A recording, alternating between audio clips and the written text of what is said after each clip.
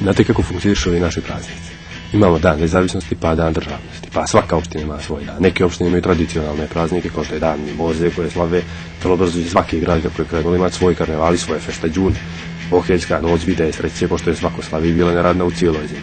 Bajramo 2 nove godine, Uskrs koji se kad god padne spaja 1. majem, pa preskočimo priču o tome kako je srpski narod jedini na svijetu koji slavi svoju krsnu slavu i pređemo na to određenu u Crnoj Gori na slavu gleda kao na praznika, ogromnom broju njih koji još pričaju sa tastom i jakom i na slavu ujčenja.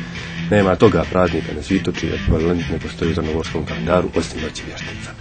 To je jedan vjerovatno jedini praznik koji nikako ne može da se uklopi u tradiciju ovoga naroda. Razlozi su brojni. Počnemo od toga da se ljudi s ovoga područja tradicionalno ne boje ničega, ali da mnogima nisu potrebne maske da bi ih gledali zastrašujući.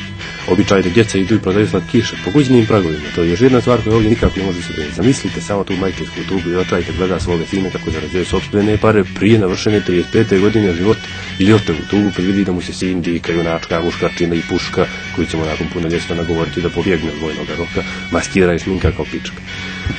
Nije da nam fali dana koji savršeno odgovaraju ovome prazniku. Dan izbora, recimo, kada širom godine mrtvi ustaju iz svojih grobova i mirno i građanski odlaze na birališta. Njihova glad naravno nije usmjerena prema našim mozgovima, pošto toga baš i nemamo, nego više vole da se hrane našom budućnosti i perspektivom. Opet to je tradicionalno odsustvo straha od mrtvih, jer bi mnogi naši sugrađani jedva dočekali nečije ustrajanje iz groba, kako bi sutra opet mogli da pohađaju ceremoniju saučešća i sahrane i jedinu socijalnu aktivnost od većine naših penzionera. Umjesto bundeve svijeće bismo morali paliti u izrezanim lubenicama i pitpunima. Motiv za razparenje naravno ovdje ne bi bilo demonsko lice, nego prije neka politička parola poput Milo care, četeljesi ili eventualno kurac. 2 dana nakon praznika ne bi se po običaju radilo.